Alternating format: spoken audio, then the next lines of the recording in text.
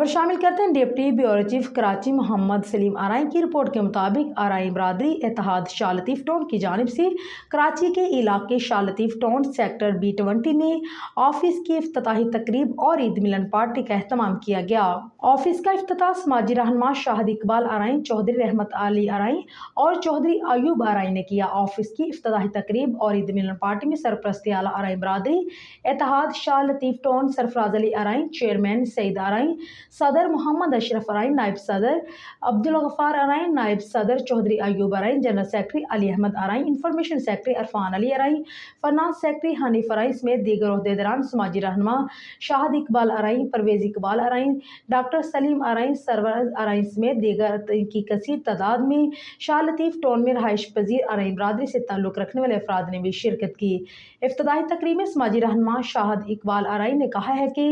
हम सब आरई बरादरी से ताल्लुक़ रखने वाले अफराद आरई बरादरी के एक प्लेटफार्म पर मुतहिद हैं। सदर अशरफ आरई ने मीडिया से बातचीत करते हुए कहा कि हम कराची समेत पूरे मुल्क में आरई बरादरी को एक प्लेटफार्म पर मुतहिद करेंगे। मजीद कहा कि मैं आरई बरादरी इत्तेहाद शाह लतीफ़ टाउन में रहाइश पजीर आरई बरादरी का मशकूर हूँ जिन्होंने मुझे सदर का ओहदा दिया।